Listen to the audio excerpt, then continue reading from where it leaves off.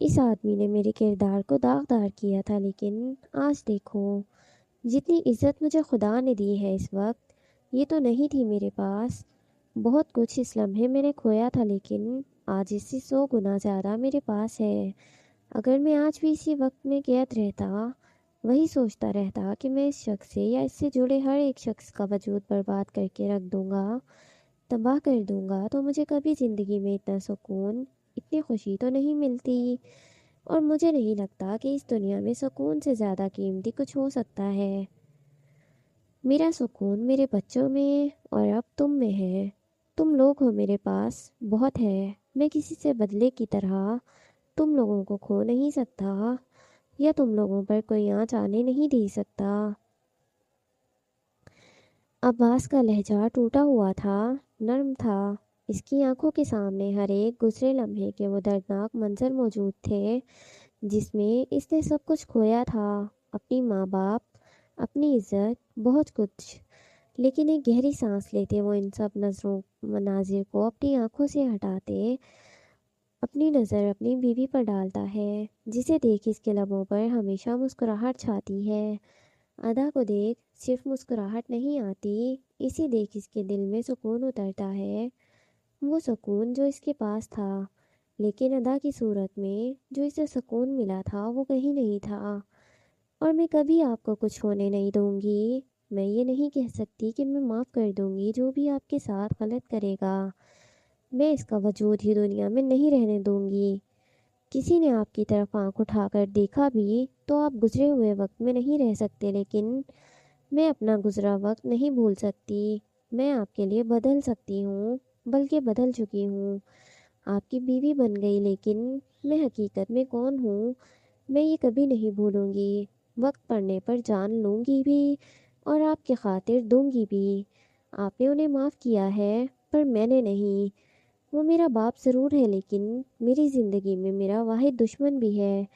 لڑکیوں کے لیے ان کے باپ آئیڈیل ہوتے ہیں، ان کے ہیرو ہوتے ہیں۔ میری کہانی میں تو میرا باپ ہی میرا ویلن ہے، اور ان جیسے ویلنز کو کیسے ختم کرنا ہے یہ مجھے بہت اچھے سے آتا ہے۔ عباس کے چہرے سے اپنی نظریں ہٹاتی ادا بھی گہری سانس لیتے ہوئے آسمان کی طرف دیکھتے ہوئے کہتی ہے، اس کے لبوں پر کوئی مسکراہٹ نہیں تھی، آنکھوں میں غصہ تھا، چہرے پر کولڈنس تھی۔ سرد نظروں سے وہ آسمان کی طرف دیکھتے ہوئے گہری سانس لیتی خود کو کمپوز کر رہی تھی۔ اس کی ضرورت نہیں ہے، وہ آدمی پہلے ہی اپنے انجام پر پہنچ چکا ہے، اس کی کہانی ختم ہو چکی ہے، اس کا دوبارہ سے آنا ممکن ہی نہیں۔ اس لیے تم اس آدمی کے بارے میں فکر مت کرو، اور کچھ بھی الٹا سیدھا کرنے کے بارے میں سوچنا بھی مت۔ تم اب صرف میری بیوی ہو، اور میری بیوی بن کر رہو گی، اس سے زیادہ کچھ نہیں۔ غلط کام تو ہرگز نہیں۔ ادا جتنے اٹل انداز میں بولتی ہے، عباس اس کے چہرے کے تاثرات کو دیکھتے اس کے بازو پکڑے، ادا کو اپنی طرف موڑے، اس کی آنکھوں میں آنکھیں ڈالے بولتا ہے، جو حکم آپ کا، نہیں کرتی میں۔ ادا بھی فوراً سے حامی سر ہلاتے ہوئے بولتی ہے۔ ادا کا چہرہ دیکھ عباس حیران کن نظروں سے دیکھنے لگا تھا۔ ادا، میں سچ کہہ رہا ہوں، اگر تم نے کوئی الٹی سیدھی حرکت کی ہے تو تم پٹ جاؤ گی میرے ہاتھوں سے۔ ادا کا چہرہ پیارے نما انداز میں دونوں ہاتھوں میں پکڑے کہتا ہے، اف خان، نہیں کرتی، میں کہہ رہی ہوں نا، کچھ نہیں کروں گی۔ عباس کے ہاتھوں کو اپنے چہرے سے ہٹاتے ہوئے اس کی طرف بڑھتے ہوئے بولی۔ ادا کا اچانک سے شرافت سے اس کی بات مان جانا عباس کو کھٹک رہا تھا۔ اب وہ خاموشی سے اس کے پیچھے دبے دبے قدم اٹھائے کمرے کے اندر واپس پڑ رہا تھا۔ نظریں مسلسل ادا کے اوپر ٹکی ہوئی تھیں۔ ادا کمرے میں داخل ہوئی تھی کہ اس کی نظر بیڈ پر اٹھ کر بیٹھے روحان پر پڑتی ہے، جو پیر لٹکائے ادا کے کمرے کو دیکھ رہا تھا۔ تم اٹھ گئے؟ ابھی صبح نہیں ہوئی، سو جاؤ دوبارہ۔ روحان کو دیکھ ادا جلدی سے اس کے پاس آتی اس کے چہرے پر پیار سے ہاتھ رکھتے ہوئے زمین پر گھٹنوں کے بل بیٹھی محبت سے چور انداز میں کہتی ہے، مجھے مجھے مما کے پاس جانا ہے۔ روحان کہتے ہی زور سے رونے لگ جاتا ہے اور اسی لمحے بیڈ سے نیچے اترتا کمرے سے باہر جانے کے لیے بڑھتا ہے کہ ادا اس کا ہاتھ پکڑے اسے روک لیتی ہے۔ آپ کی مما سو گئی ہیں، آپ بھی یہاں سو جاؤ آج میرے پاس آ جاؤ۔ کیا مطلب ہوتا ہے؟ میں کہاں جاؤں گا پھر؟ ادا روحان کو روکنے کے لیے کہتی ہے کہ عباس فوراً سے چڑے ہوئے انداز میں بول پڑتا ہے، خان بچہ یہ ہے، آپ نہیں۔ بچوں والی حرکتیں کیوں کر رہے ہیں پھر؟ گردن پیچھے کی طرف موڑتے ہوئے پسیلی نظروں سے گھورتے ہوئے ادا کہتی ہے، تو تم بھی بڑوں والی حرکتیں کر لو میری بیوی ہو اس کی تھوڑی جو اسے اپنے ساتھ سلاؤ گی۔ ہرگز نہیں، میری بیوی کے ساتھ کوئی غیر لڑکا نہیں سوئے گا، بس بات ختم۔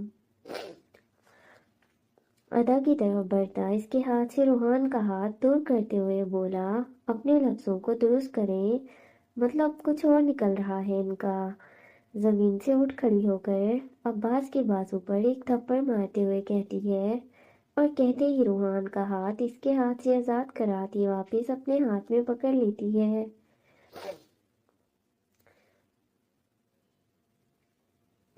تم مجھے اس لڑکی کے لیے مار رہی ہو؟ مجھے اپنے شوہر پر ہاتھ اٹھا رہی ہو؟ وہ بھی جو تم سے عمر میں اتنا بڑا؟ شرم نہیں آ رہی؟ شرم نہیں آ رہی تمہیں یہ سب کرتے ہوئے میرے ساتھ؟ اف خان، بچہ ہے یہ بڑا تھوڑی ہے۔ الٹی سیدھی باتیں مت کریں اس کے سامنے، پہلے ہی وہ رو رہا ہے، اوپر سے آپ کی باتیں اسے اور رلا دیں گی۔ روحان کو روتا دیکھ ادا پھر گھٹنے کے بل بیٹھتی ہوئی اسے اپنے پاس کھینچتی اپنے گلے سے لگا جاتی ہے۔ ادا کی حرکت دیکھ عباس کے دماغ کی رگیں تن گئی تھیں۔ یہ کیا کر رہی ہو تم؟